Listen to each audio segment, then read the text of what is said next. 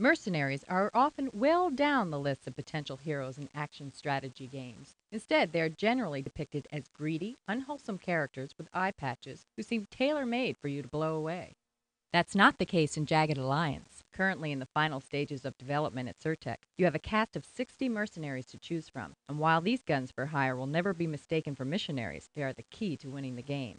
You've hired 8 warriors from this motley crew and shipped them to an island off the coast of South America, where an evil scientist is trying to hoard the supply of a sap that cures a rare children's disease. Since the trees that produce the sap don't reproduce themselves, it's not a real good idea to have a madman in control. Ian Curry, one of the game's designers, talked with IE about Jagged Alliance during a recent recording session in Montreal. These characters are very diverse. They have different attitudes, they have different skills. Some of them will work for you, some of them won't, depending on how you've done in the past. You have a whole reputation that will start to grow as you start working with these characters. At the beginning, some of them you may not have a reputation at all, so they might not even want to join, want to fly down to this island because they don't even know who you are. A lot of care was taken in writing the characters, that they all be very different, and in terms of recording, the same care is going into them.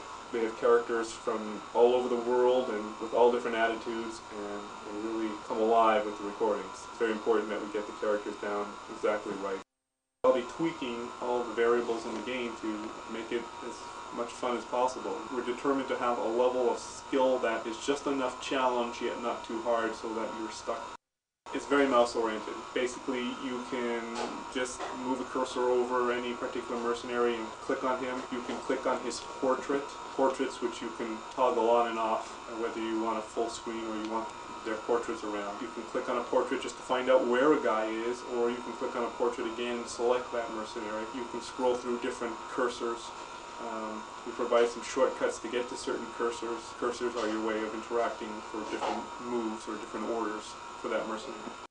Well, we've taken great care to provide animations for every single movement that we're having in the game. If a character fires with a pistol, you'll see him fire with a pistol. If he fires with a rifle, you'll see him fire with a rifle. When he's going to be walking somewhere, he'll put away his rifle first. When he gets hit and falls down or collapses, gets up, gives medical attention, goes through water, uses a metal detector for mines, you'll see animations for everything.